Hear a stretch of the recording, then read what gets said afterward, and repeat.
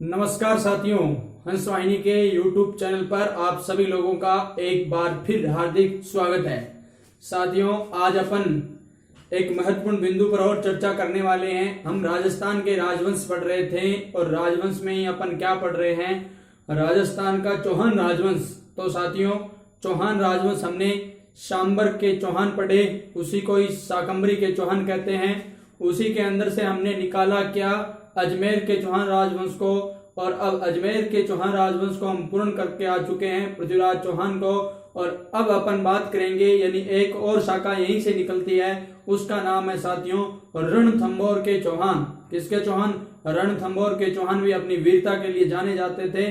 तो अपन उनके बारे में अध्ययन करेंगे साथियों, और बेहतर तरीके से अध्ययन करने की कोशिश करेंगे इस प्रकार, ताकि ये चीजें हमें याद हो जाएं और स्मृति में लगातार बनी रहे, कभी दोबारा पढ़नी ही न पड़े और भूले न। तो ठीक है साथियों, शुरू करते हैं अपने आज का जो बिंदु। और आज का जो बिंदु है अपना, वह कौन सा है? रणथंभौर के चौहान।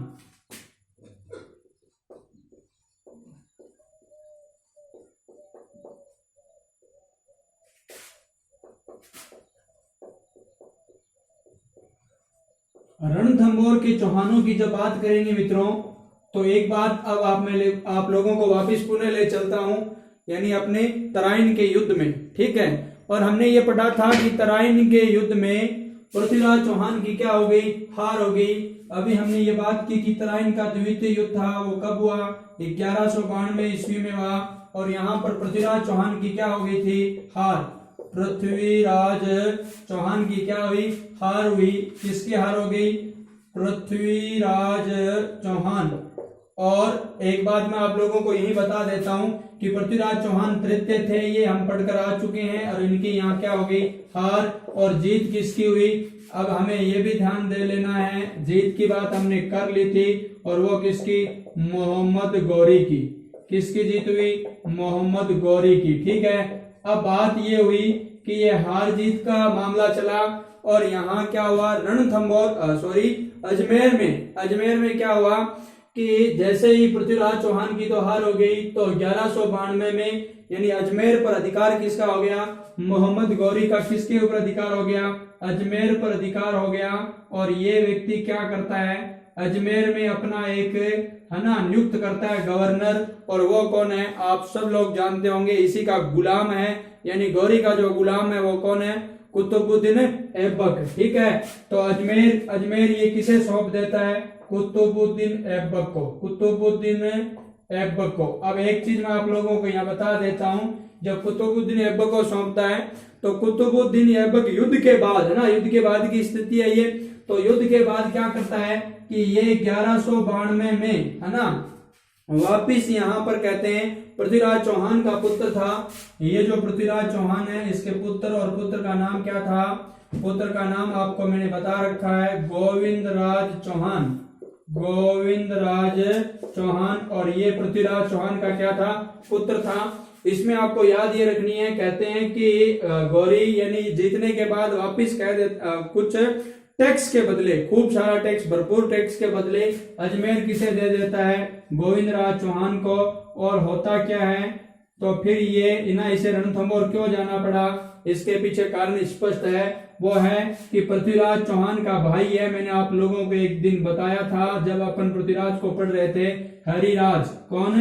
हरिराज। तो हरिराज ये क्या करता है? ये आक्रमण करता है किसके ऊपर? गोविंदराज पर, है ना। हरिराज गोविंदराज पर क्या करता है? आक्रमण।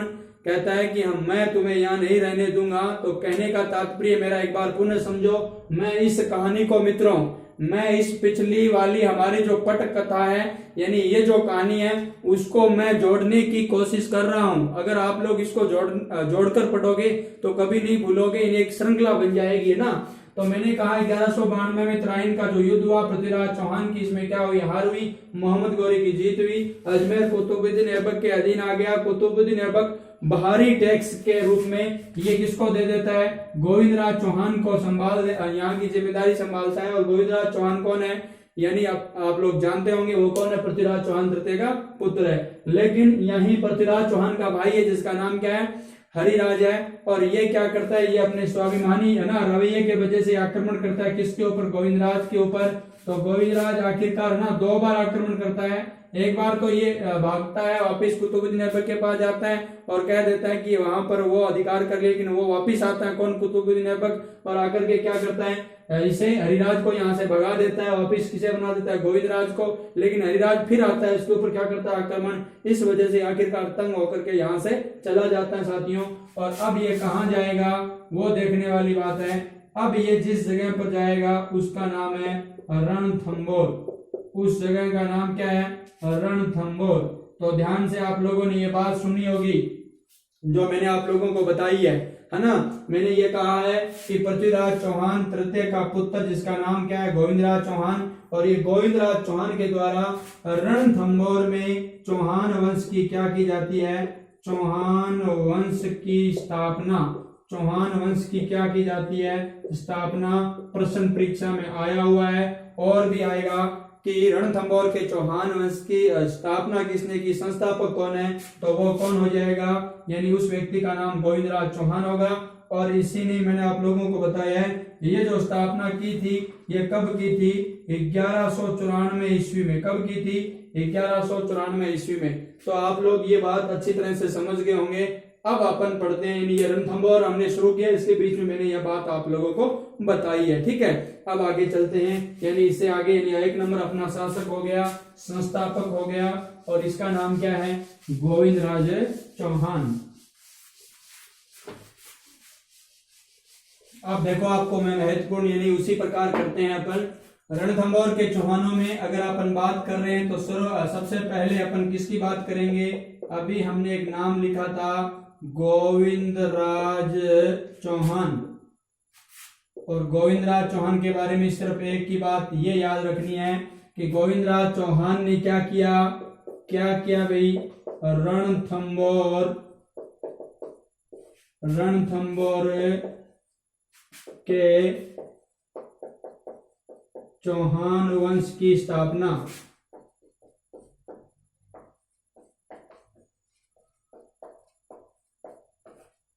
और एक चीज ये पूछा जाएगा कि इसने ये स्थापना की कब, यानी एक तरीके से चौहानों का संस्थापक हो गया रणथंभौर के। तो ये बात अभी हमने कर ली है 1194 ईस्वी। बस रणथंभौर के बारे में प्रथम शासक है इस शाखा का, और यही मैंने आपको बताया संस्थापक है। अब इसके बाद अपन एक और शासक के बारे में बात करते हैं। देखो इसके बाद एक श्रृंखला सी शुरू होती है, एक व्यक्ति आता है वो है वाल्हण या वल्हण, ठीक है।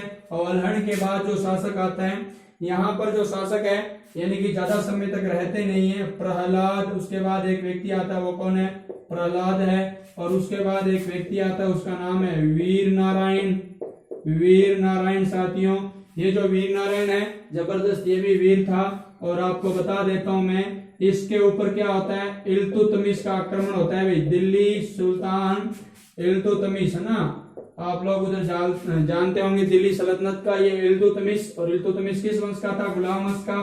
तो ये क्या करता है, आक्रमण करता है। मैं ये कह रहा हूं इल्तुतमिश का आक्रमण होता है किसके ऊपर, वीर नारायण के समय रणथंभौर पर इल्तुतमिश का आक्रमण होता है। और इल्तुतमिश की क्या हो जाती है, हार। इल्तुतमिश की क्या हो जाती है, हार हो जाती है, ध्यान देना। और साथ में एक बात ये भी याद रखना, बाद में यही इल्तुतमिश क्या करता है, षड्यंत्र करता है। और उस षड्यंत्र के तहत है ना, षड्यंत्र से क्या कर देता है, वीर नारायण की क्या कर देता है, हत्या। क्या कर देता है, हत्या कर देता है। ये बात ध्यान देना।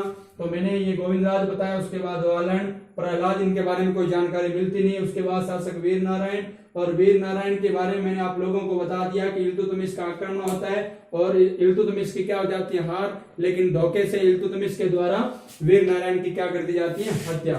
वीर नारायण के बाद जो शासक बनता है यानी रणथंभौर का, जिसके बारे में बात करेंगे तो वो है वाघभट्ट।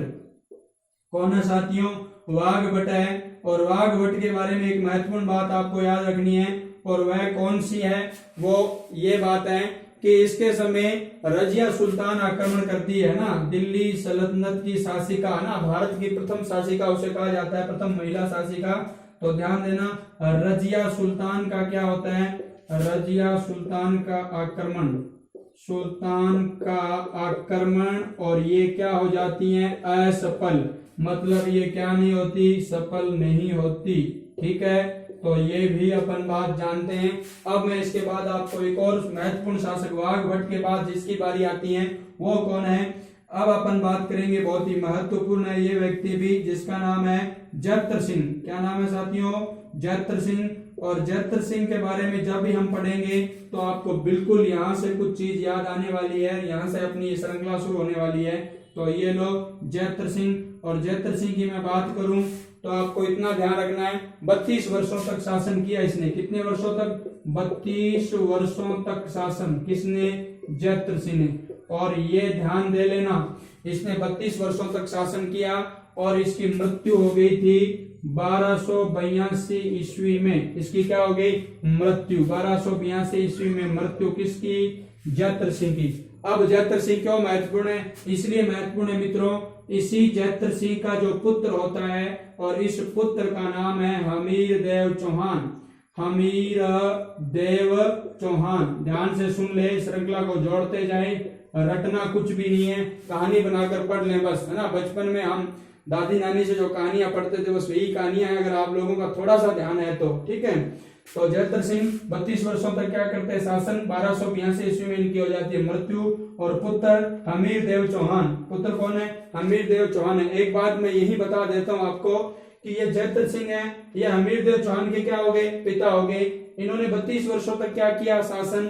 इन 32 वर्षों की शासन के स्मृति में, ध्यान दे, इस 32 वर्षों के शासन की स्मृति में हमीर देव चौहान द्वारा, किसके द्वारा, हमीर देव चौहान के द्वारा 32 खंभों की छतरी का निर्माण किया गया है।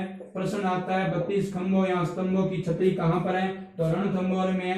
32 खंभों की छतरी का निर्माण करवाता है हमीर देव और अपने पिता के 32 वर्षों के शासन काल की स्मृति में। अब मेरी एक बात ध्यान से सुन ले, है ना, मतलब आप लोग रटते ही जाओगे, इससे कुछ नहीं होगा। अब परीक्षा में प्रश्न ये भी आ जाएगा कि 32 खंभों की छतरी कहां पर है और वहां पर रणथंभौर का ऑप्शन ही नहीं होगा, तो आप क्या उत्तर दोगे, ध्यान दे लेना। मांडलगढ़ भीलवाड़ा की जब बात करेंगे, जगन्नाथ कछुआ की छतरी वहां पर बनी हुई है, वो भी 32 खंभों की छतरी है। आप जब हम मेवाड़ को पढ़ेंगे साथियों तो हमें वो याद आएगा, क्योंकि मेवाड़ पर अकबर के द्वारा अंतिम अभियान, महाराणा प्रताप पर अंतिम अभियान भेजा गया था जगन्नाथ कछुआ के नेतृत्व में। और जगन्नाथ जो कछुआ है आप लोग जानते होंगे आमेर के हैं, और वो वहां पर आए थे और उनकी मांडलगढ़ भीलवाड़ा में मृत्यु हो गई थी। तो वहां पर भी एक और छतरी है जिसका नाम है, वो भी 32 खंभों की छतरी है, लेकिन वो जगन्नाथ कछुआ की है। और ये रणथंभौर जो दुर्ग है सवाई माधोपुर में, तो इसमें जो छतरी है ये किसकी है, हमीर देव के पिता, जिसका नाम क्या है, जयत्र सिंह। और निर्माण किसने करवाया, हमीर देव ने। तो बहुत ज्यादा बातें हम एक साथ सारी चीज पढ़ने की कोशिश कर रहे हैं। तो अब देखो हमने अभी मैंने दोबारा मैं आप लोगों को पुनः बता देता हूँ मूल बात क्या, आपको ध्यान क्या रखना है। पहली बात ये, रणथंभौर के चौहानों का संस्थापक कौन है, गोविंदराज। स्थापना कब की, 1194 में। सारी कहानी हो गई। वालन, प्रहलाद, वीर नारायण, इनके बारे में कोई प्रश्न आते नहीं है, अगर आ भी जाए तो ध्यान दे देना। ऐसा कोई प्रश्न आ जाए कि निम्न में से कौन सा चौहान शासक नहीं है तो आप विचार कर सकते हो। और ये वीर नारायण वीर था, इल्तुतमिश का आक्रमण हुआ, इल्तुतमिश हार गया, लेकिन धोखे से इसकी क्या कर दी, हत्या कर दी।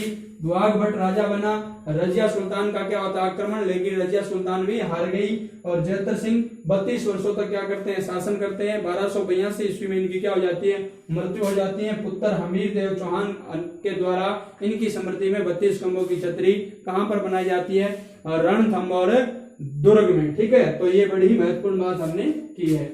अब देखो इससे आगे अब अपना अंतिम बिंदु क्या होगा, जो आपके सामने है, परम प्रतापी शासक है इसके, यानी सबसे शक्तिशाली शासक की बात करेंगे रणथंभौर शाखा के, और अंतिम भी है वो। तो वो व्यक्ति कौन होगा, अभी अपन बात ये कर चुके हैं हमीर देव चौहान की। तो अब हमारा जो बिंदु है, प्रश्न यहीं से भी आते हैं। तो अब अपना जो मेन बिंदु है वो यहीं से शुरू होता है। अगर बात करेंगे इसकी रणथंभौर के प्रतापी शासक की, और उसका नाम क्या है, हमीर देव चौहान। हमीर देव चौहान।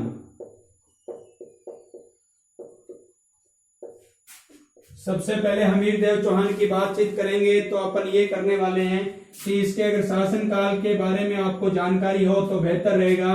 तो अब मैंने आपको ये बता दिया कि 1282 ईस्वी में इसके पिता की क्या होती है, अभी बात मैंने की है 1282 ईस्वी में इसके पिता की क्या होती है, मृत्यु होती है। तो 1282 से लेकर के 1301 ईस्वी तक इनका क्या रहता है, शासनकाल। बात करेंगे 1301 ईस्वी में राजस्थान के इतिहास का प्रथम शाखा, ठीक है। तो अमीर देव चौहान 1282 से 1301 ईस्वी तक क्या करते हैं, शासन। अब अपन बात करेंगे सबसे पहले, अगर मैं ये बात लिख दूं पिता, तो अब आपके लिए कोई कठिन नहीं है क्योंकि आपने अभी पढ़ा है वो कौन थे, जयत्र सिंह थे। और अब अगर बात करें यानी राज्याभिषेक की बात करेंगे साथियों, तो भी आप लोगों को पता है पिता की मृत्यु होने के बाद, तो कब, 1282 ईस्वी। ये राजा बनते ही ये एक काम करते हैं, और वो क्या काम है, वो आप लोगों को ध्यान देना है। दिग्विजय की नीति के या क्या करते हैं, अनुसरण करते हैं। तो दिग्विजय की नीति, राजा बनते इनकी नीति क्या रहती है, दिग्विजय की नीति। दिग्विजय का मतलब दिशाओं को जीतना, मतलब चारों तरफ अपने साम्राज्य को क्या करना, विस्तार करना। तो साम्राज्यवादी शासक थे अमीर देव चौहान, और इन्होंने इस दिग्विजय की नीति के तहत, बहुत अच्छा प्रश्न है, प्रश्न आरएस में आया हुआ है, दिग्विजय की नीति के तहत सर्वप्रथम यानी इसने मालवा के शासक अर्जुन को हरा दिया, है ना। तो ध्यान देना, अर्जुन को हराया, सर्वप्रथम इसके तहत इसने किसको हरा दिया, अर्जुन को हराया, ये ध्यान दे लेना, अर्जुन को हराया, ठीक है। तो ये बड़ी ही महत्वपूर्ण बात मैंने आप लोगों को बताई है। सर्वप्रथम इसकी दिग्विजय की नीति के तहत इसने किसको हरा दिया, अर्जुन को हराया है। और अगर अपन बात करेंगे इसकी यानी दिग्विजय की नीति में अर्जुन को इसने हरा दिया, इसके बाद भी अपन चर्चा करें तो मैं आप लोगों को कहता हूं कि इसने दिग्विजय नीति कर ली, और करने के बाद, है ना, यानी दिग्विजय की नीति का तहत मतलब इसने काबिल साम्राज्य का विस्तार किया, और उसके बाद इसने इस विजय के उपलक्ष्य में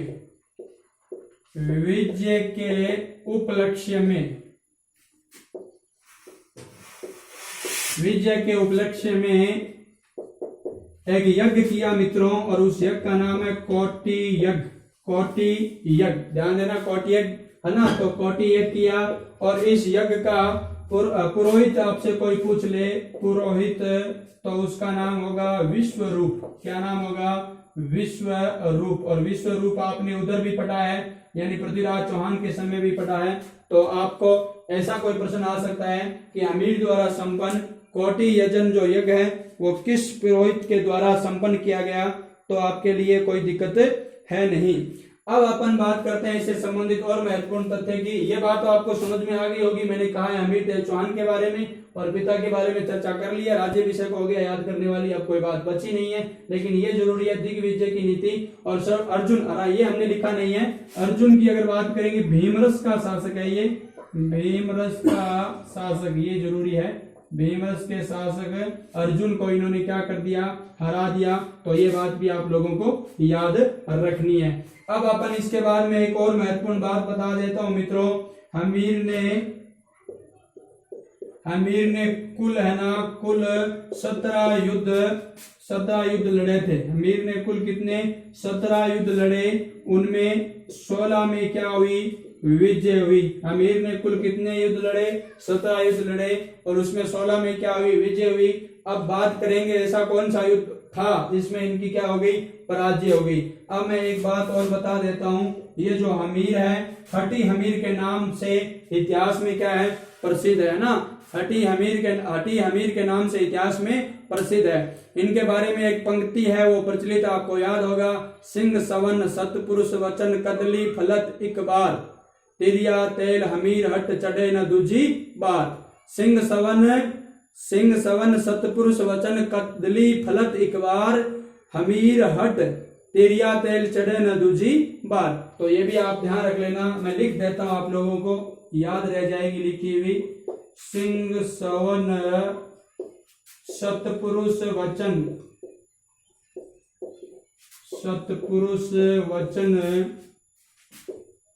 कदली फलत एक बार,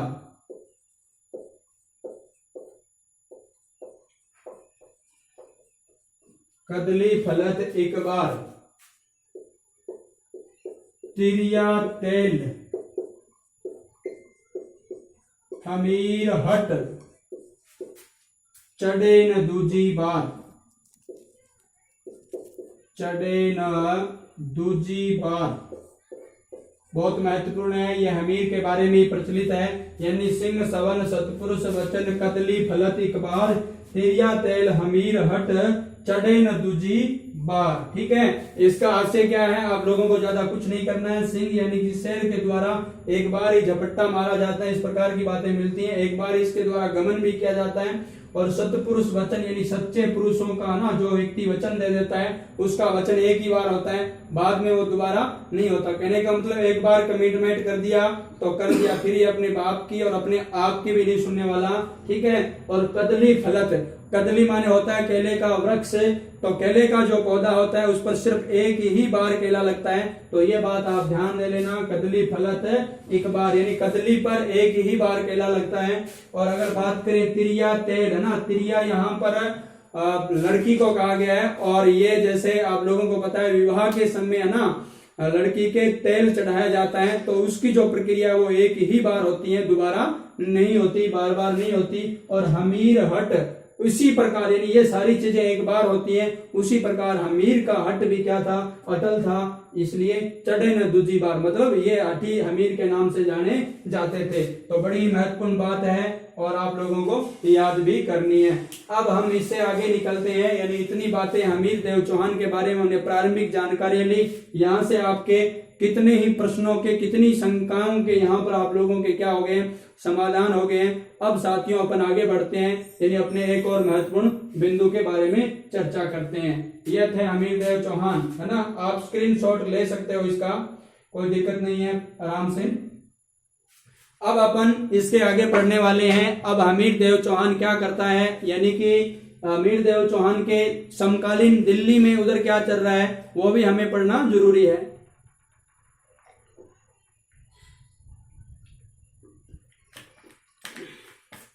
देखो, अब अपन इसे, मैं आप लोगों को साथ साथ में एक चीज और बता देता हूं यहीं पर, यानी हमें अब राजस्थान की हिस्ट्री से थोड़ा सा इंडियन हिस्ट्री में भी जाना होगा, क्योंकि जब भारतीय इतिहास की बात करते हैं तो इसके समय उधर क्या हो रहा होता है, तो ये भी ध्यान दे लेते हैं। और भारतीय इतिहास का मैंने आप लोगों को बताया है, ये सियासी गलियारा दिल्ली ही था, है ना। और दिल्ली के अंदर इस समय यहाँ पर एक सल्तनत चल रही है, और उस सल्तनत का नाम ही क्या है, दिल्ली सल्तनत। ठीक है, और दिल्ली सल्तनत का काल तो आप अच्छी तरह से जानते हो। अगर पूरी दिल्ली सल्तनत का काल अपन करें, दिल्ली सल्तनत का पूरा काल करें तो बहुत आसान है मित्रों। पूरे काल की अपन बात करेंगे तो वो हो जाएगा 1206 से लेकर के 1526 ईस्वी, है ना। 1206 से लेकर 1526 ईस्वी।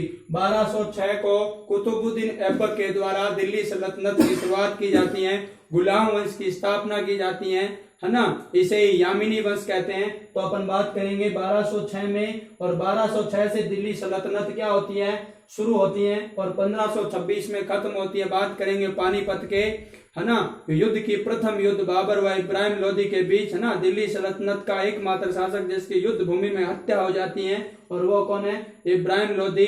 तो ध्यान दे लेना, 1526 तक दिल्ली सल्तनत चलती है। अब हमें यहाँ क्यों पढ़ना जरूरी है, इसलिए जरूरी है कि इसके समकालीन है। दिल्ली सल्तनत का एक आदमी होता है जो राजस्थान के, यानी यहाँ के राजवंशों को अपनी जो कल्चर बचाने के विरुद्ध क्या करता है, लगातार युद्ध करता है। वो भी एक साम्राज्यवादी शासक है, वो पूरे भारत पर अधिकार करना चाहता है, और उस शासक को भी पढ़ेंगे। उससे पहले उसका चाचा है, उसके बारे में पढ़ेंगे, वो ससुर भी है, और अपन वो कैसे हैं बात करेंगे। देखो, दिल्ली सल्तनत की बात कर रहा हूं साथियों, 1206 से 1526। 1526 से मुगल काल शुरू हो जाता है। अपन बात करेंगे 1206 की, तो सबसे पहले 1206 से लेकर के 1290 की मैं बात करूंगा। तो ये जो काल था ये किस वंश का था, गुलाम वंश का। किस वंश का था भाई, गुलाम वंश का। अभी अभी हम पढ़ रहे थे, कई शासकों के नाम पढ़ा, जैसे रजिया सुल्तान आई थी, उससे पहले इल्तुतमिश आया था, तो वो शासक इस गुलाम वंश के थे। और 1290 से पहले के, ठीक है, 1290 में एक और वंश शुरू होता है, और इस वंश का नाम क्या है मैं आप लोगों को बताता हूं। 1290 और से लेकर के 1300 यानी 20 तक ये चलता है। और अपन इससे संबंधित भी बात करेंगे, 1290 से 1320 तक ये वंश चलता है और इसका नाम है साथियों खिलजी वंश। 5 वंशों ने शासन यहाँ पर किया है, आप लोग जानते होंगे है ना। एक लोधी वंश भी आता है, एक शहीद वंश भी आता है, ठीक है, एक तुगलक वंश भी आता है, ठीक है, उनकी भी बात करेंगे। अंतिम लोधी है। तो मैंने यहाँ गुलाम वंश की बात की, 1206 से 90 में पूर्ण हो गया। खिलजी 1290 से 1320, ये महत्वपूर्ण है। यहाँ ये महत्वपूर्ण है, ये जो खिलजी वंश है, इस खिलजी वंश का क्या होते हैं, यानी जो संस्थापक होता है, यानी 2 व्यक्ति हैं यहाँ पर, इनको मैं खिलजी वंश को यहाँ 2 भागों में बांट देता हूँ। एक का नाम तो मित्रों जलालुद्दीन खिलजी, नाम क्या है, जलालुद्दीन खिलजी। जलालुद्दीन खिलजी ही खिलजी वंश का क्या होता है, संस्थापक होता है। और इसके काल को अगर अपन कर दें तो ये हो जाएगा 1290 से लेकर के 96, 1290 से लेकर के 1200 क्या हो जाएगा 96, ठीक है।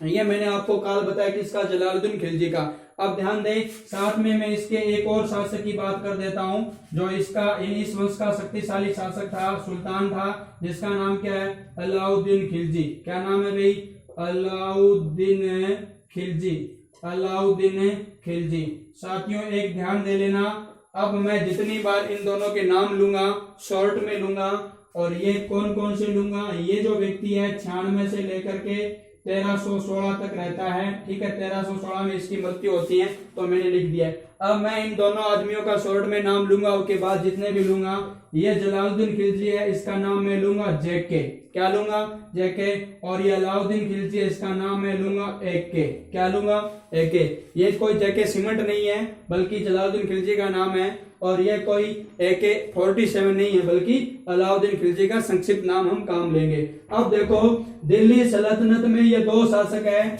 1290 से लेकर के 1316 तक रहता है। क्या आप लोगों को ये हमीर का काल दिखाई दे रहा है, 1282 से लेकर 1301, तो ये देखो 1282 इसके बीच में आता है, तो ये भी समकालीन है। और इधर 1296 से 1316 के बीच है, तो ये भी क्या है, समकालीन है, ठीक है। तो अब इस चीज को आप लोग, ये दोनों क्या है, हमीर देव के समकालीन है। प्रश्न ऐसा भी आता है कि दिल्ली सल्तनत के कौन से शासक हमीर देव चौहान के समकालीन है, तो ये दोनों है। आप लोग इन दोनों शासकों का मतलब खिलजी वंश के ये दोनों है समकालीन, इनको याद रखना। अब अपन सबसे पहले इस 1 नंबर बंदे को लेने वाले हैं, और ये क्यों लेने वाले हैं, क्योंकि दिल्ली सल्तनत के जितने भी शासक हुए हैं वो लगातार अपने यहाँ मतलब राजस्थान के या भारत के कई अन्य क्षेत्रों पर लगातार क्या करते रहे, मतलब हमले करते रहे। वो अपने सल्तनत का विस्तार करना चाहते हैं, वो अपने धर्म से संबंधित है, अपनी जो ख्याति है वो क्या करना चाहते हैं, प्रसार करना चाहते हैं। तो निश्चित तौर पर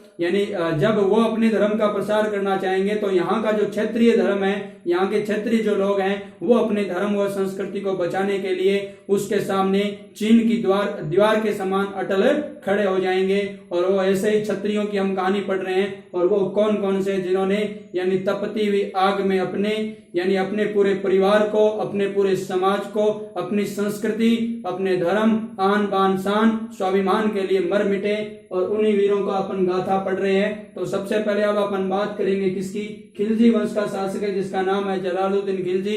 पहले हम इसको लेते हैं और फिर अपन बात करेंगे अलाउद्दीन खिलजी का हमीर देव चौहान के साथ कैसा रिश्ता था, क्या इनका संबंध था, कैसे युद्ध हुआ, क्या हुआ, ये बात अपन करने वाले हैं। तो सबसे पहले मैं 1 नंबर आदमी लेता हूं मित्रों, दिल्ली सल्तनत की बात कर रहे हैं। ये मैं एक बार इसे यहाँ पर मिटा रहा हूं। तो अब अपन इधर तो यानी अपन किसको पढ़ रहे हैं, रणथंभौर को। किसको पढ़ रहे हैं, रणथंभौर को। किसको पढ़ रहे हैं भाई, रणथंभौर को, ठीक है। तो ये हमने ले लिया रणथंभौर, ठीक है। और रणथंभौर, और इधर क्या है, दिल्ली, ठीक है। इधर क्या है भाई, दिल्ली। रणथंभौर का शासक अपना कौन सा है, हमीर देव, ठीक है। और दिल्ली में इस समय शासक पहले वाले को लेना है, कौन है, यानी अपन बात करेंगे जेके। कौन है, जेके। अब जेके के द्वारा यहाँ पर क्या किया जाता है, आक्रमण किया जाता है। अपन जब बात करेंगे यानी अपने भारत की, तो राजस्थान की बनावट कुछ इस प्रकार थी, ताकि दिल्ली जो सल्तनत के जो लोग हैं उनको यहाँ पर आक्रमण करना पड़े। यानी जैसे यानी ये जो अपना राजस्थान है, और ये राजस्थान मैंने आप लोगों को बताया, यहाँ पर मालवा पड़ता है, यहाँ पर क्या है मालवा, और यहाँ पर क्या है गुजरात है साथियों, और यहाँ पर दिल्ली है। अब दिल्ली ये जो शासक है ये ऐसा चाहते हैं कि अगर ये मालवा और गुजरात पर क्या करें, आक्रमण करें, तो उससे पहले यानी कि ये जो स्थान आता है बीच का, यानी यहाँ पर सवाई माधोपुर में रणथंभौर है, उसको पहले हराना जरूरी है, क्योंकि ये मार्ग का ना रुकावट है, बाधा है। तो इस वजह से कहते हैं कि जेके के द्वारा सबसे पहले आक्रमण किया जाता है। रणथंभौर के पास दुर्ग है जिसका नाम है साथियों झाइन का दुर्ग, उसके ऊपर हमला किया जाता है। अपन इन सभी चीजों को, अब समय अपने पास बचा नहीं है, इनके बारे में मैं अगली कक्षा में आपको विस्तार से बताने वाला हूं मित्रों, और इतने जबरदस्त तरीके से हम पढ़ेंगे, मुझे नहीं लगता कि आपको कभी दोबारा कभी पढ़ना पड़ेगा ना। फिर भी मैं कुछ बात तो यहाँ कर ही देता हूं। जैसे मैंने ये बताया आप लोगों को, ये जो दिल्ली का क्षेत्र है, और दिल्ली में ही इधर क्या है, ये मालवा है ना, सॉरी दिल्ली के अंदर नहीं है, इस साइड है मालवा, और यहाँ पर क्या है गुजरात है। और अब इधर से ये है ना दिल्ली सल्तनत का ये लोग विस्तार करेंगे पूरे भारत में। तो ये दो बड़े जो राज्य है मालवा गुजरात, इनको जीतना होगा। तो बीच रास्ते में क्या आता है, रणथंभौर आता है। पहला उद्देश्य जेके का जलालुद्दीन खिलजी का यही रहा होगा, और इसके द्वारा ये क्या करता है, हमीर देव चौहान पर आक्रमण करता है, और ये आक्रमण किया जाता है।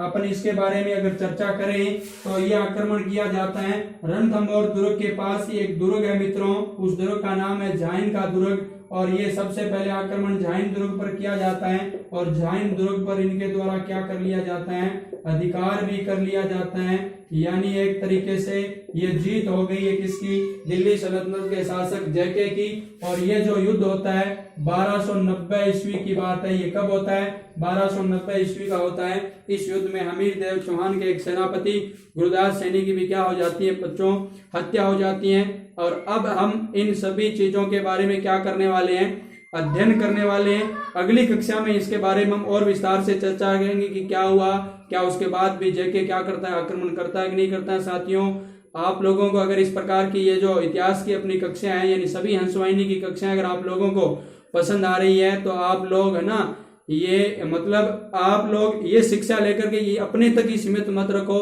आगे भी इसको फैलाओ मित्रों। इसी आशा और इसी मैं विश्वास के साथ मेरी कक्षा को मैं यहीं पर क्या करता हूँ, विराम देता हूँ। जय हिंद, जय भारत।